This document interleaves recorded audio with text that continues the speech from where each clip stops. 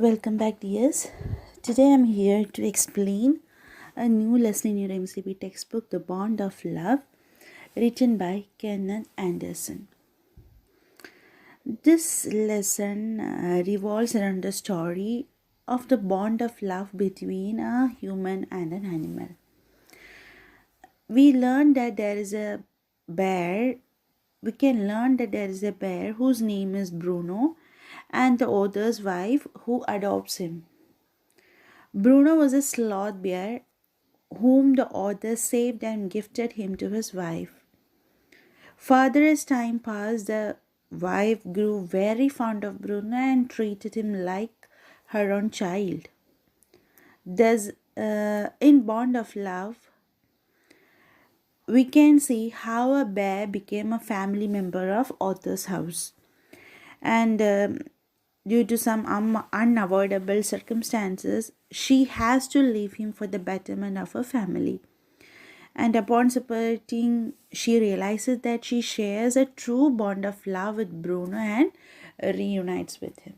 This is the summary of this lesson, and now I'll explain the lesson in detail.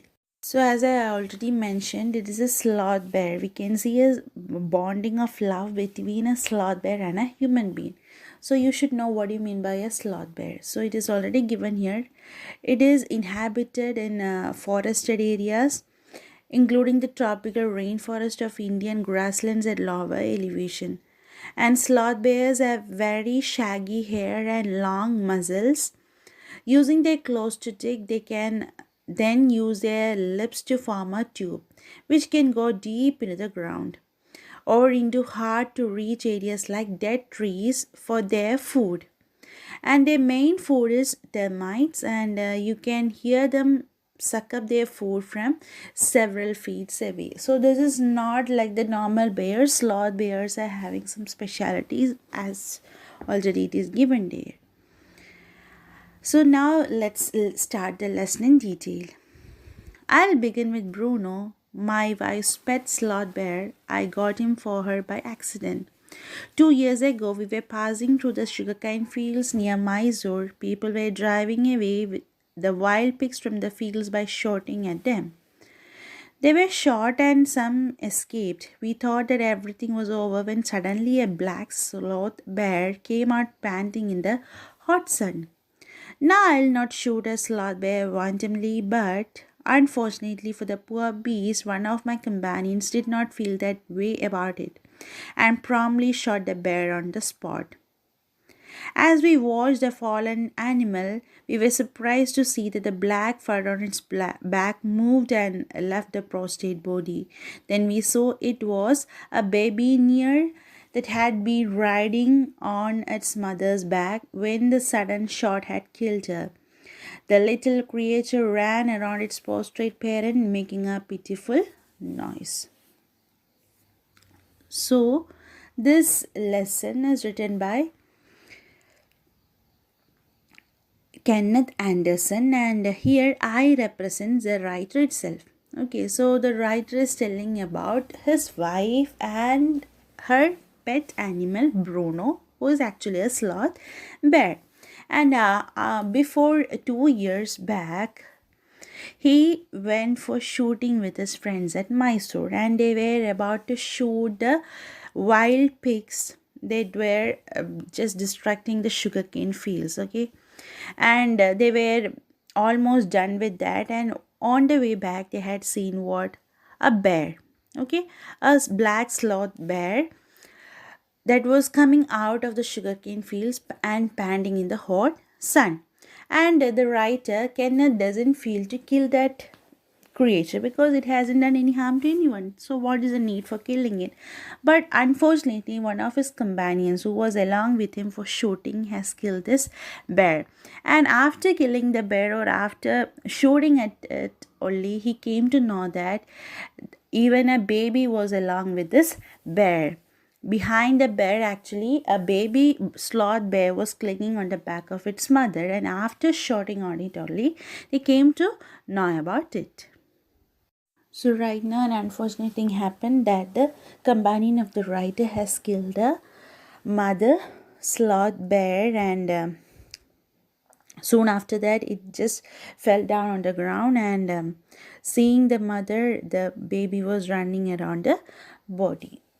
I ran up to it to attempt a capture. It shuddered into the sugarcane field. Following it with my companions, I was at last able to grab it by the scruff of its neck while it snapped and tried to scratch me with its long, hooked claws. We put it on one of the gunny bags we had brought, and when I got back to Bangalore, I duly presented it to my wife. She was delighted. She at once put a colored ribbon around its neck, and after discovering the cub was a boy, she christened it Bruno. So, saying that the bear is having a baby bear, what the writer has done, the writer was feeling pity for it and he tried to save the bear.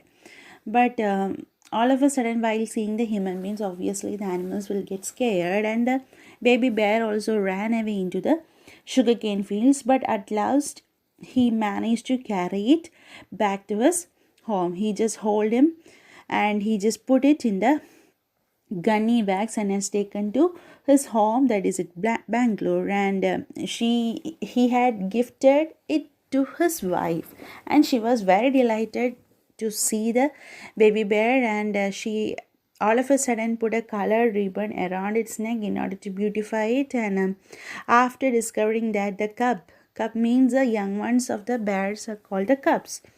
So after discovering that the cub is a boy, she just christened it as Bruno. She has done the formalities according to Christianity and named the bear as Bruno.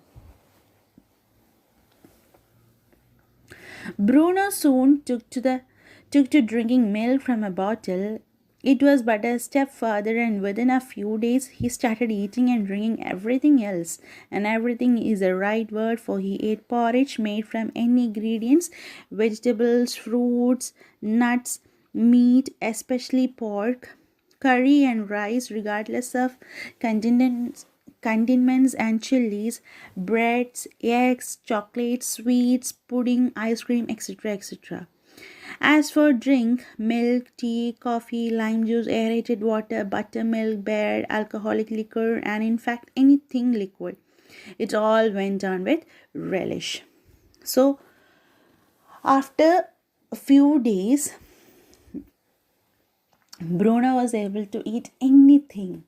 Before that, he was taking only milk. But after a few days, what happened to Bruno? Bruno is able to take anything. He used to enjoy all the food items that is being provided by the author and his wife. Okay, and the spice factors, the sweet, sour, everything was happy for Bruno. He was able to adjust with all the taste, and his taste buds were also very happy having different varieties of good food. The bear became very attached to our two Alsatian dogs and to all the children of the tenants living in our bungalow. He was left quite free in his younger days and spent his time in playing, running into the kitchen, and going to sleep in our beds. One day, an accident befell him. I put down poison barium carbonate to kill the rats and mice that had got into my library. Bruno entered the library as he often did, and he ate some of the poison. Paralysis set in to the extent that he could not stand on his feet. But he dragged himself on his stumps to my wife, who called me. I guessed what had happened.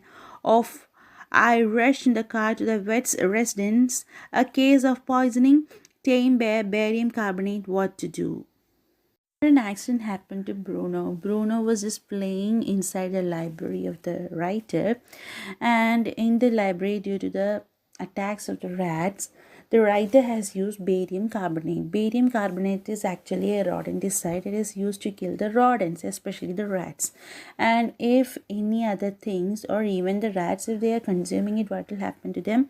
Immediately the body will become weakened due to the sudden rush of blood in all the muscles, and we will be feeling so weak and tired, and we will be unable to move from that place. That is a specialty of barium carbonate, and if we are consuming it in a larger amount, it can even result in the death of the creature.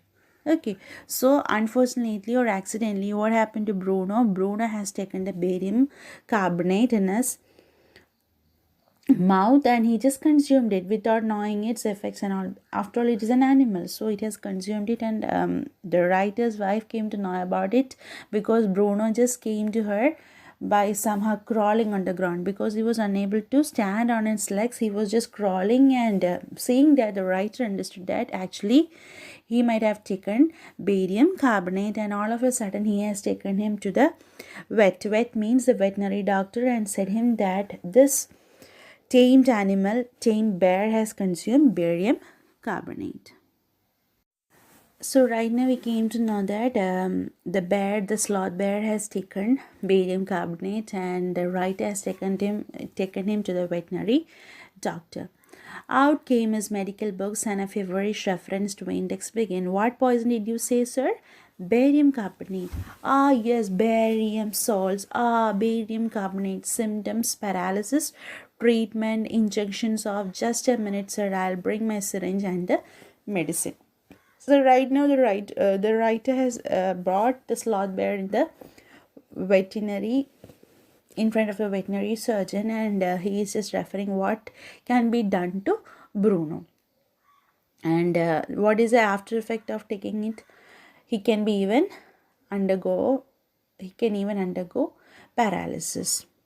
A dash back to the car. Bruno was floundering about on his stumps, but clearly weakening rapidly, some vomiting, heavy breathing with heavy flanks and gaping mouth. So these are the consequences or the ill effects of consuming barium carbonate, and Bruno was in such a pathetic condition. Hold him, everybody. It goes the hypodermic. Bruno squeals. 10 cc of the antidote enters the system without a drop being wasted. 10 minutes later, condition unchanged. Another 10 cc injected. 10 minutes later, breathing less stertorous. Bruno can move his arms and legs a little, although he cannot stand yet. 30 minutes later, Bruno gets up and has a great feed. He looks at us disdainfully, as much as to say, what is barium carbonate to a big black bear like me? Bruno is still eating.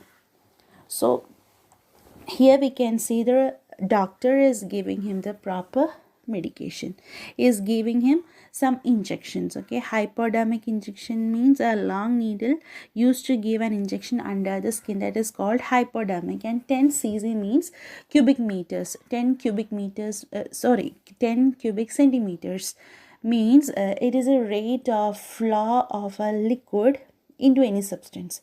So here it means that in a second, about 10 cubic centimeters, or in a minute 10 cubic centimeters of fluid has been injected into the body of Bruno in order to helping him out. And actually he has taken 10 cc of the antidote in a time, and after that after 10 minutes again he got the same injection, and after that only he was somewhat able to be okay. And after a few minutes, what happened? Bruno is back to normal. Okay, Bruno is back to normal, and now Bruno is acting as if nothing happened to him. Another time he found nearly 1 gallon of old engine oil, which I had drained from the sump of the Studebaker and was keeping as a weapon against the inroads of termites. He promptly drank the lot, but it had no ill effects whatever. So first, he has consumed barium carbonate, and now he has consumed old engine oil, and fortunately this time nothing happened to Bruno. The months rolled on, and Bruno had grown many times the size he was when he came. He had equaled the Alsatians in height and had even outgrown them, but was just as sweet, just as mischievous, just as playful. He was very fond of us all. Above all, he loved my wife, and she loved him too. She had changed his name from Bruno to Baba, a Hindustani word signifying small boy, and he could do a few tricks too. At the command Baba wrestle or Baba box, he vigorously tackled anyone who came forward for a rough and tumble. Give him a stick and say, Baba, hold gun. And he pointed the stick at you. Ask him, Baba, where is baby? And he immediately produced and cradled affectionately a stump of wood which he had carefully concealed in a straw bed. But because of the tenant's children, poor Bruno or Baba had to be kept chained most of the time. So here we had seen two bad things that happened to Bruno, and after that he survived and he was happily living with his family, and now he has grown to the actual size, and even if he has grown a lot, he is still considered as a sweet baby. And now Bruno's name has been changed into Baba, which means a small boy, and it is actually a Hindustani word. And Baba was able to make anyone happy by doing some tricks, and at the command he can act many things, especially like if you're giving him a stick and saying him hold gun, he will point us like he's carrying a gun. Then if we are asking him where is baby, he will immediately produce and cradle affectionately a stump of wood that is being kept in a straw bed. So he used to act like a mother, he used to act like a hunter, and he used to act even like a wrestler. But actually, nowadays, Bruno or Baba is unable to enjoy its full freedom because it has grown into the real sized animal, and it is very risky for them to keep him untied. So, due to the fear that he will harm any child in his bungalow who are the tenant's children, they always used to keep Bruno in the chain. Okay, so I hope you understood up to this, and remaining portions that shows what happened to Bruno in future will be explained in the next lesson. Thank you. Not in the next session. Thank you.